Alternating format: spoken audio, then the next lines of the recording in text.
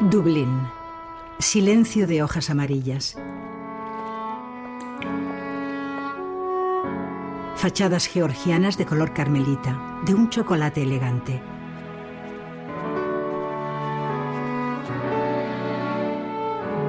Detrás de las verjas con jardincillos, cada una de estas puertas lacadas en colores vivos podría franquearnos la entrada a un Dublín interior.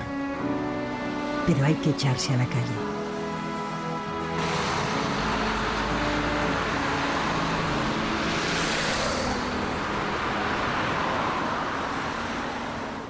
Recién llegado a esta ciudad, la primera obligación del viajero consiste en adentrarse en el paisaje de la gente, formado por jóvenes animosos que llevan una energía celta en el rostro. Algunos de los ejemplares que aparecen en las películas del oeste pasean en Dublín por la calle Grafton y por los puentes sobre el río Liffey. Solo hay que saber adivinarlos.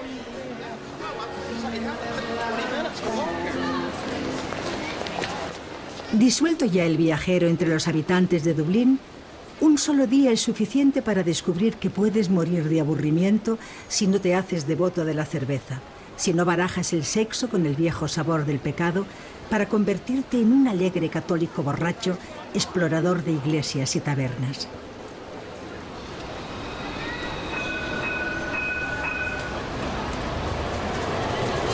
Tampoco será mala idea seguir el rastro que el escritor James Joyce dejó en esta ciudad, por la que sintió de manera confusa amor y odio hasta su muerte.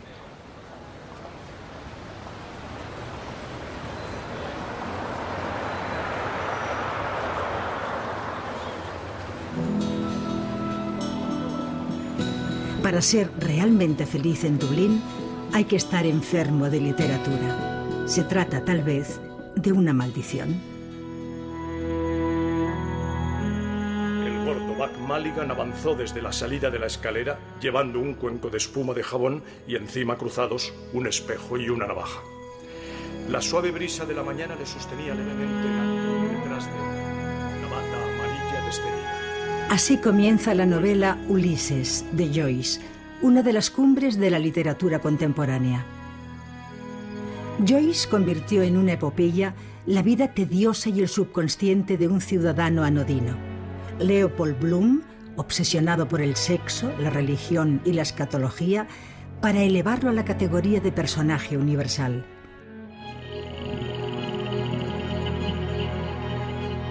Estas obsesiones marcaron igualmente la vida entera del genial escritor.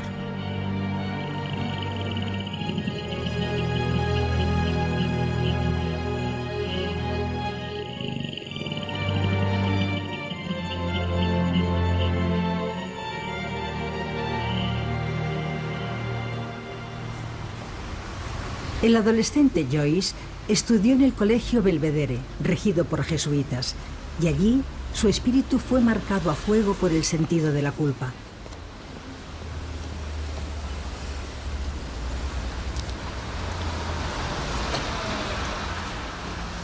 En los ejercicios espirituales de Ignacio de Loyola se degustaban, en días de silencio, el hedor putrefacto de la muerte y el azufre corrosivo del infierno.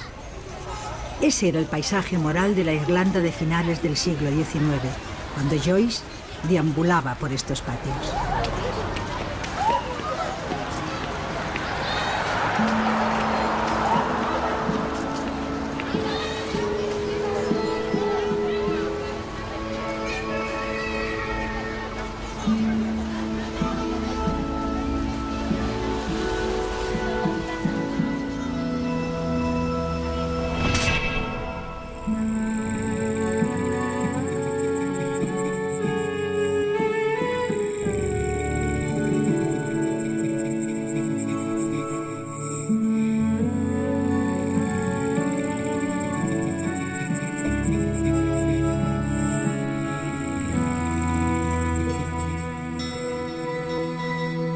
En la capilla de la Universidad Católica, un aire denso de alabastros bizantinos se condensa en las lámparas votivas que expanden el olor a aceite sobre imágenes de múltiples santos.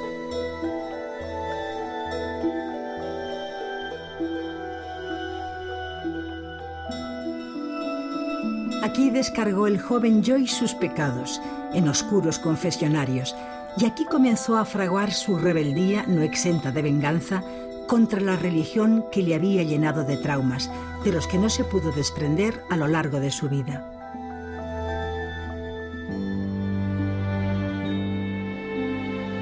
Más allá de la ciencia, entre las paredes del Colegio Belvedere y de la Universidad Católica, Joyce se fue cargando de un resentimiento pecaminoso que luego afloraría en una obra de iniciación titulada Retrato del artista adolescente. La creencia en cada religión en Irlanda conserva muy arraigadas sus propias tradiciones y ceremonias. En la Catedral de St. Patrick muestran su fe los protestantes y celebran ritos de estilo social. St. Patrick es siempre la parada final de estos jóvenes que festejan en familia graduaciones y laureles. Muchos de ellos abrevarán después la ciencia y las letras en los viejos paredones del Trinity, que aún hoy constituye el eje moral de la ciudad.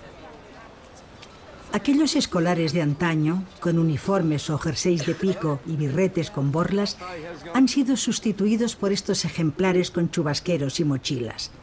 Solo las bicicletas son las mismas de siempre. El Trinity College fue el bastión de la cultura protestante en Irlanda hasta el siglo XIX, frente a la cultura católica. La eterna cuestión, la eterna batalla.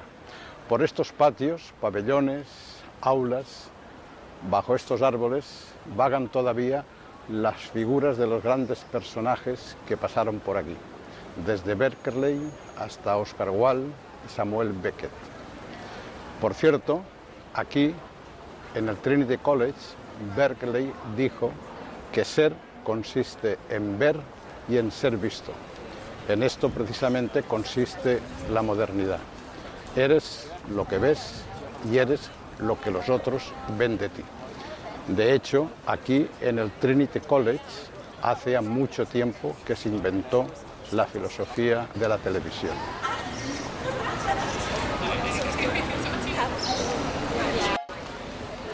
Cabe preguntarse qué le habría sucedido a la literatura universal si Joyce hubiera estudiado en el Trinity College. Probablemente el espíritu protestante transferido a una conciencia elitista le habría ahorrado al autor del Ulises ese detritus que nutre su inspiración.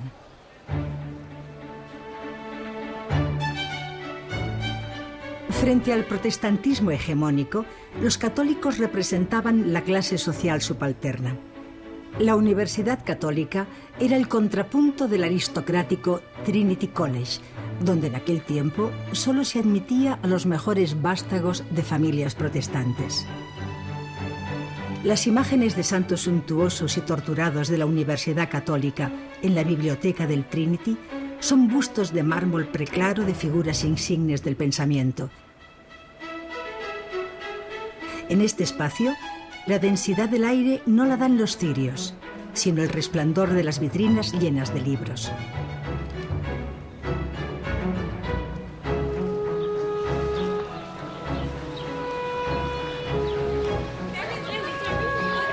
Por sus parterres y jardines acampan hoy una multitud de jóvenes de medio mundo que acuden a este college buscando el prestigio y las sombras de los viejos maestros.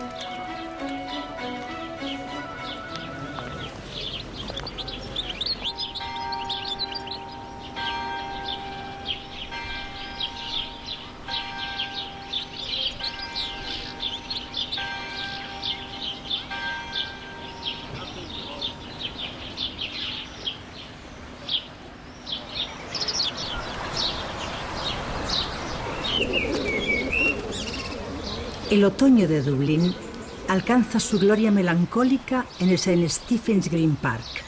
El corazón verde de la ciudad es ahora amarillo, rojo o violeta.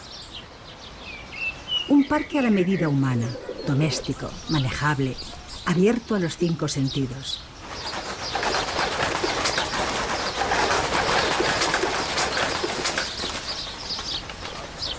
El bullicio de las calles comerciales de Grafton, Dawson, Kildare, Shelburne Road desemboca en esta paz. Hoy, Dublín está viviendo la frenética cabalgada de la expansión económica.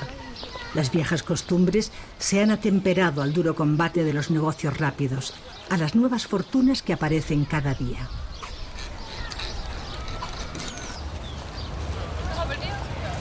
Solo el ritmo interior de St. Stephen's Park impone todavía sus reglas y permite imaginar la vida tranquila de otra época, llena de pasiones soterradas. De aquel tiempo en que Joyce se paseaba bajo las hojas amarillas de otoño, cuando era estudiante de la Universidad Católica y tenía que cruzar el parque para llegar al pub Davy Barnes, uno de sus abrevaderos de costumbre.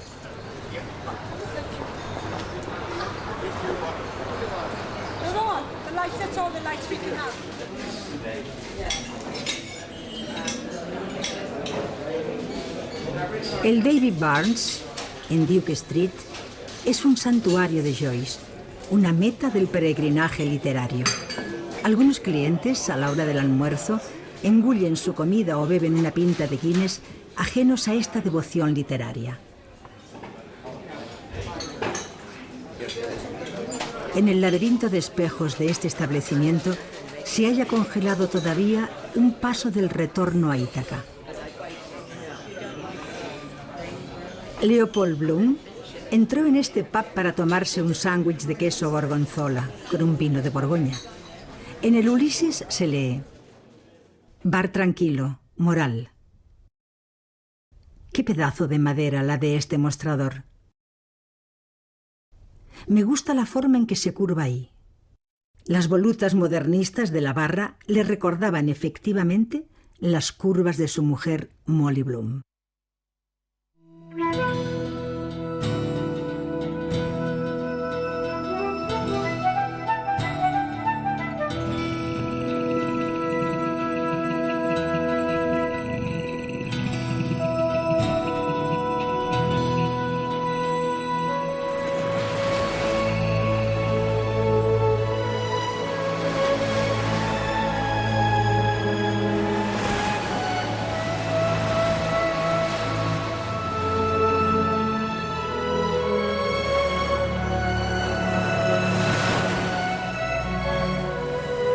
Bajo los helechos salvajes de esta colina de Howth, los protagonistas del Ulises, Leopoldo Bloom y Molly Bloom, realizaron un acto de amor furtivo entre el cielo y la bahía. Sin duda, esa escena literaria era el recuerdo mucho más real de otra escena entre el propio Joyce y su novia Nora.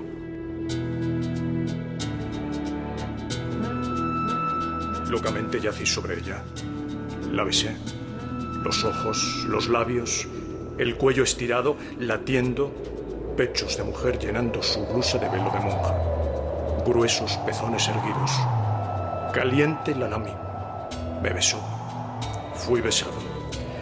Cediendo toda me alborotó el pelo. Besada me besó. Esta escena amorosa sucedió en las alturas de este pueblo de pescadores de Howth, habitado ahora por gentes de la burguesía dublinesa, mezclada con artistas e intelectuales e incluso con alguna foca.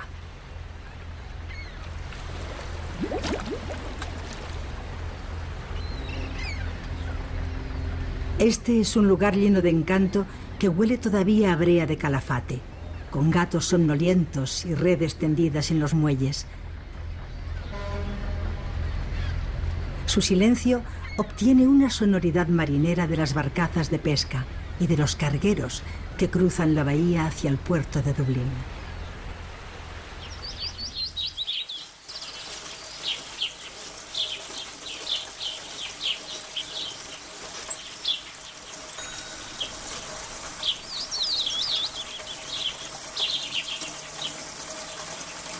En la soledad del Phoenix Park, un ciclista se persigna ante una cruz lejana, todavía invisible.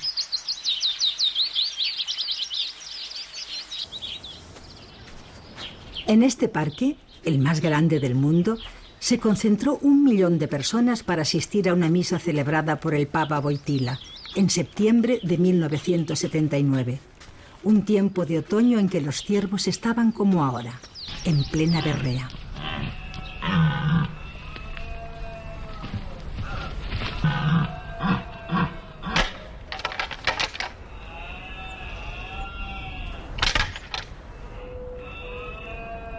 Para conmemorar aquella visita, se levantó una poderosa cruz de granito.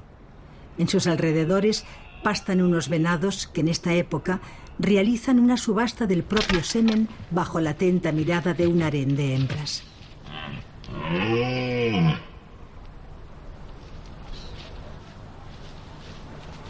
En el horizonte de la ciudad se dibujan otras cruces nuevas.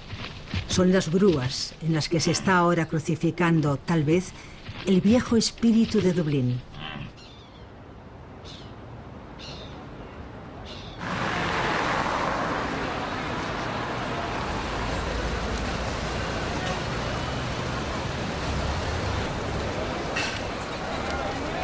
Cruzando el río Liffey, desembocamos en la avenida O'Connell.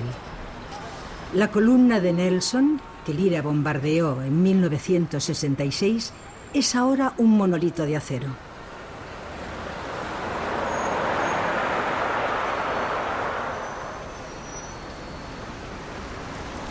Si Joyce se levantara de sus cenizas, se sorprendería de cómo aquella ciudad provinciana, católica y puritana que tanto constreñía su vida, ha comenzado a cambiar radicalmente y busca la forma de sacudirse el peso moral.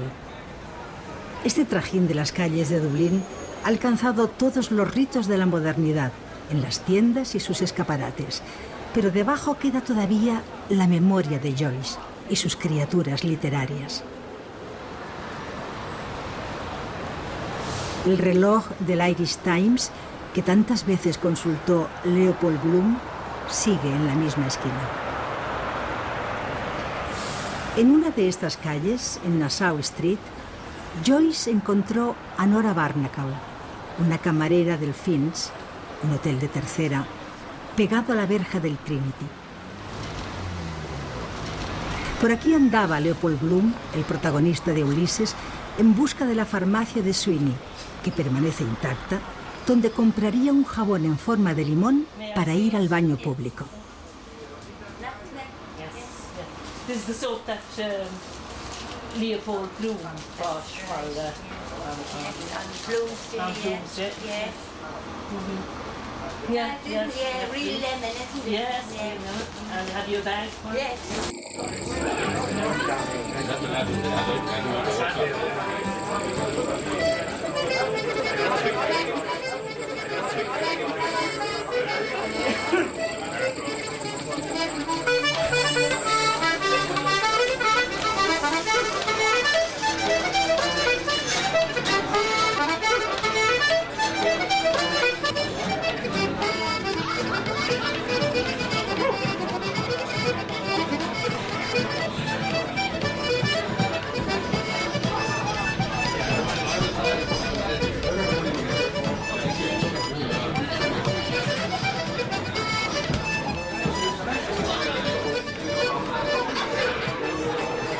En los pubs late la noche de Dublín.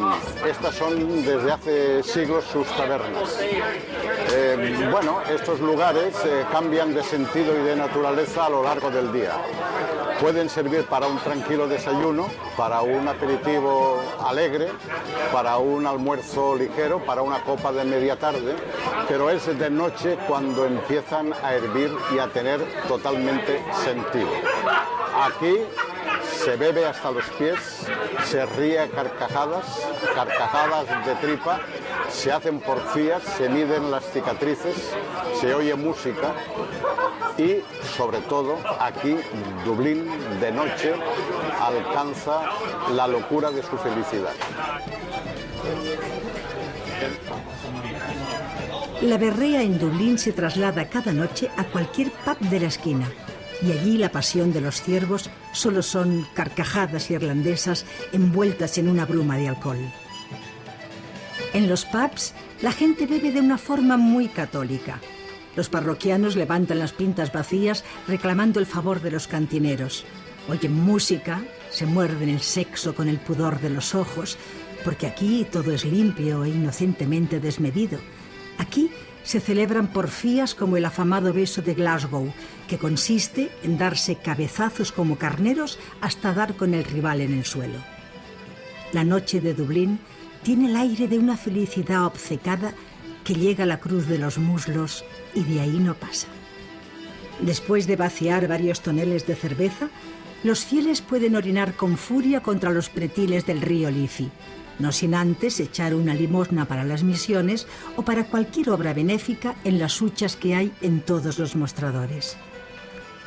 Si este otoño los venados siguen bramando alrededor del altar de la colina del Phoenix Park con una liturgia misteriosa, en Dublín la berrea también se confundirá con un sonido de campanas de todas las iglesias que llaman a misa.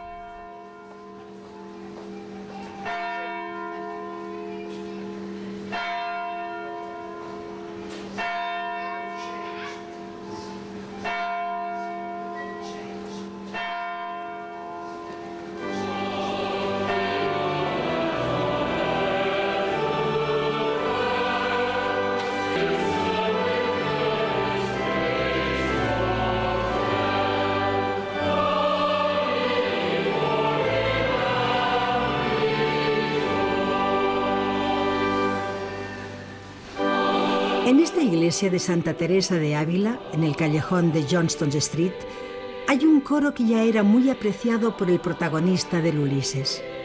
Las mismas gargantas mundanas que cantaban himnos profanos enarbolando el propio ego en las tabernas, ahora en las iglesias católicas entonan dulces plegarias para pedir perdón por los pecados.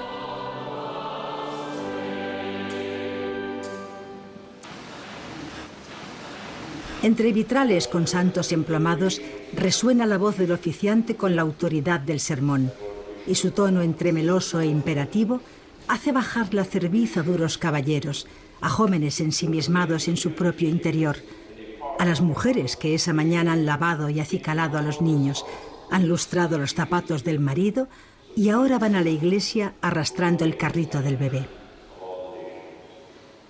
Las mismas manos tan recias que en la noche del sábado empuñaban pintas de cerveza en los pubs, el domingo por la mañana se juntan sobre el pecho para rezar o aprietan los misales con el puño lleno de pecas rojizas. En las tabernas de alrededor, los cantineros pronto harán bíceps tirando cerveza en los mostradores cuando estos fieles recién reparados por el Señor salgan de misa.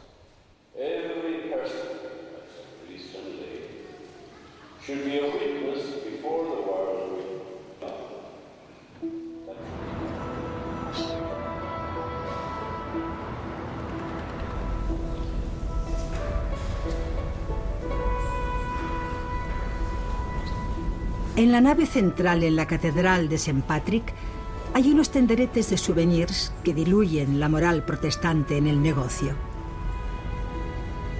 Pero sin duda es la tumba de Jonathan Swift el recuerdo más excitante.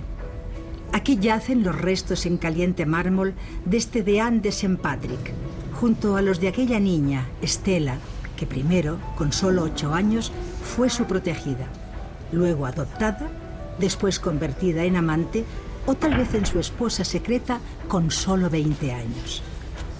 Jonathan Swift, clérigo inteligente, mujeriego y humorista, escribió Los viajes de Gulliver, una obra concebida por él para adoctrinar a los fieles en la moral, pero que se convirtió en un ejemplo de literatura anarquista llena de humor cáustico. Se ha ganado por eso un descanso eterno, aunque los visitantes de la catedral no lo dejarán nunca en paz, como tampoco lo dejaron sus coetáneos que, al morir Swift, le arrancaron los pelos de su cabellera para guardarlos como reliquias. Algunos turistas son incluso capaces de pedirle algún milagro.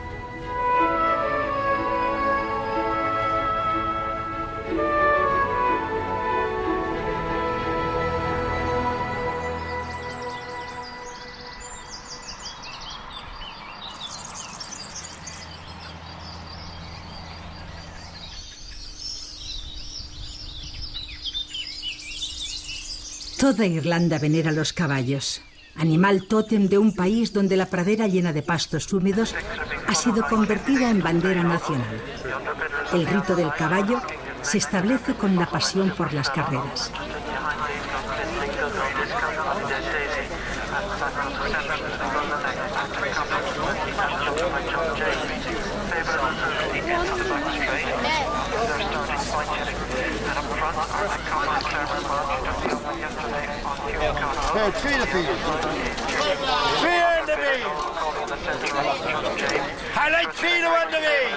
No lejos de Dublín, a menos de 1 hora de viaje, en una granja de Tattersalls, una sociedad de caza celebra una carrera de caballos, dura, primitiva, rural, en medio de un barrizal abierto a la lluvia.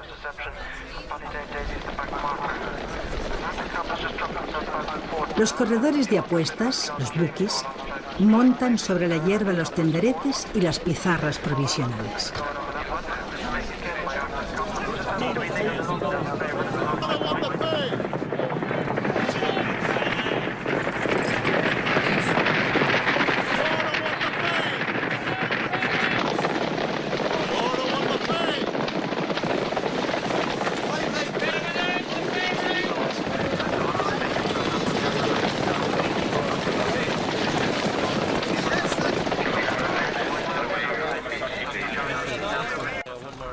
Los personajes no son nada sofisticados, pero no por eso dejan de ser menos atractivos ni menos extravagantes. Es una divertida mezcla de granjeros, campesinos, veterinarios y domingueros que acuden a esta campa a gozar de una de sus pasiones más antiguas. Lejos del glamour de Ascot, sembrado de pamelas y sombreros de copa, esta competición rinde culto a la verdad, porque te lleva a un mundo primario donde el sudor del caballo y del jinete se funden en un solo destino.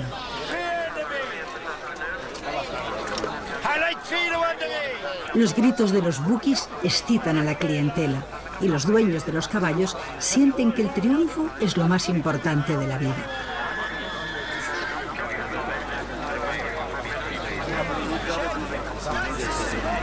He aquí un ejemplo de la profunda Irlanda. Dublín queda atrás. Esta es una forma excelente de abandonarlo. Detrás de las nerviosas grupas de los caballos, que saltan el último obstáculo, empieza el paisaje que llevará al viajero hacia el oeste de la isla. A partir de aquí, será otro el rostro de Irlanda.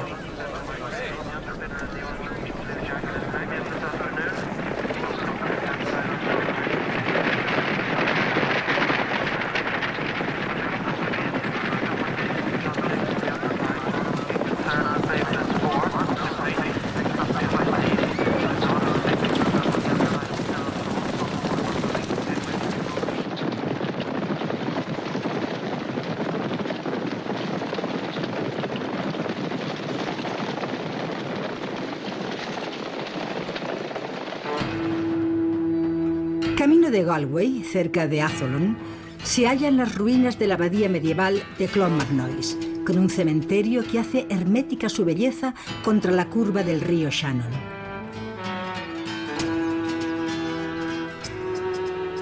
En algunos tramos, el cielo se abre a través de musculosas nubes y el paisaje exhala el humo de un ruralismo virginal. El Shannon es el río más largo de Irlanda y divide el país de norte a sur. Cruzarlo es más que una mera travesía. Es la conquista de un horizonte mental y una nueva frontera. El occidente de Irlanda no es solo una situación geográfica, es un viaje de doble sentido. Por una parte, al oscuro y doloroso primitivismo, y por otra, a la vitalidad de sus gentes. Pueblos bajo el silencio dormido del mediodía. Anuncios de diseño descalabrado. Plazoletas con comercios antiguos y somnolientos. Ya que el catolicismo lo remite todo al otro mundo, ellos confían en Dios y no cuidan los escaparates. Catolicismo hasta el hueso de las rodillas.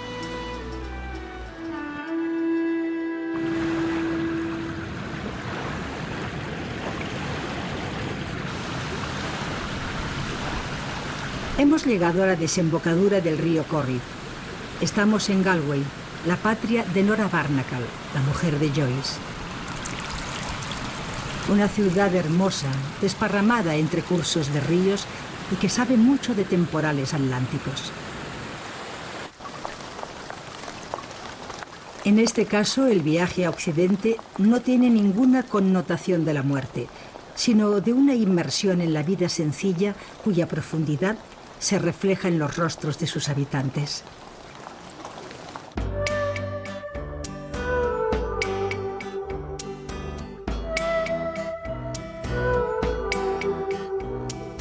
Una adolescente como estas que se ven en los tiernos retratos de un fotógrafo local pudo haber sido Nora Barnacle en sus años en Galway. Esos celtas puros, sorprendidos en su propio territorio, dan la sensación de una ingenuidad unida a cierta obcecación primaria. Es el producto de una forma de andar de paso por la vida antes de llegar al cielo.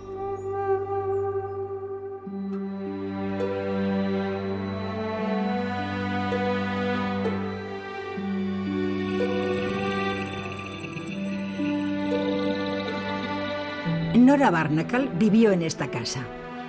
Fue una mujer instintiva, intensa, divertida, semianalfabeta, independiente, nada pretenciosa, que poseyó el alma de Joyce hasta devorarla por entero.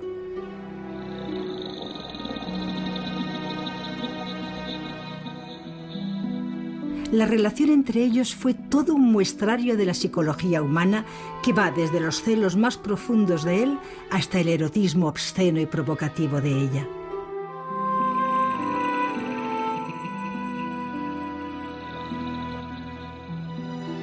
En el breve tiempo en que estuvieron separados, solo unos meses, se cruzaron cartas que tenían la tenacidad de los ganchos de las carnicerías. En ellas, Joyce dejaba ver todas sus debilidades, hasta la humillación masoquista, y ella reinaba sobre él con la naturalidad de una mujer con los pies en la tierra.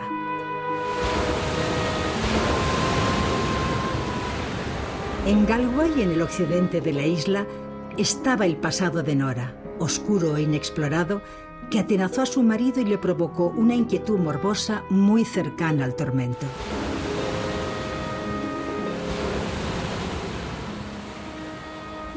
Juntos huyeron de Irlanda, como amantes secretos, en 1904. Tuvieron 2 hijos, Giorgio y Lucía, que vivió amores obsesivos con Beckett y pasó por sanatorios de media Europa víctima de la esquizofrenia. Nora siguió a Joyce a donde él quiso llevarla, a Trieste, a Roma, a Zúrich, a París, siempre a fondo perdido hasta sobrevivirle.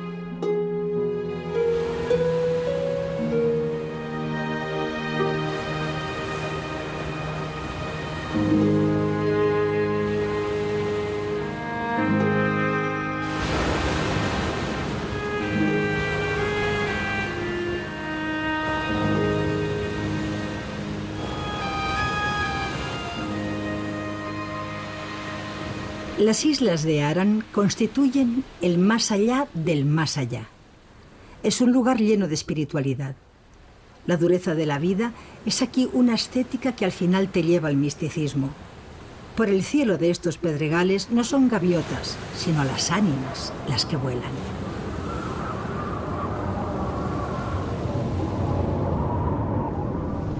Estas islas de Aran guardaron por mucho tiempo el espíritu incontaminado de Irlanda. Durante la larga lucha por la independencia, los patriotas del país venían aquí para hacer inmersión en las leyes de la tribu y en la pureza de la lengua que en este lugar se mantenían en estado virgen. Para muchos irlandeses, todavía hoy, estos acantilados de Aran son una nueva frontera.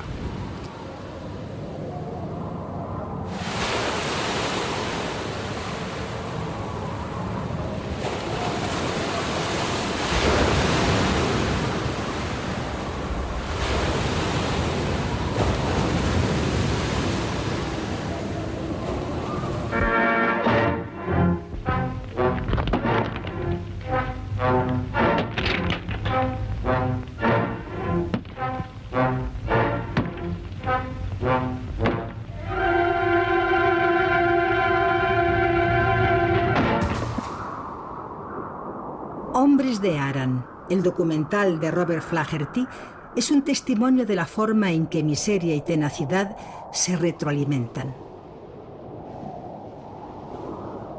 Es el ejemplo de una moral imbatible pegada a un paisaje de piedra.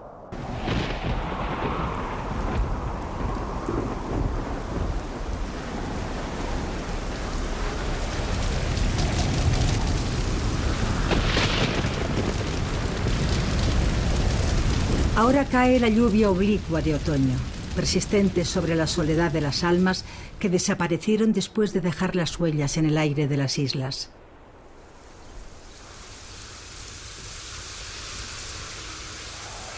Las cruces celtas del cementerio de Aran se elevan sobre las tumbas para anunciar al viajero que ya no hay más allá, que a partir de este lugar deberá viajar solo con su espíritu hacia el lugar donde el sol duerme todas las noches.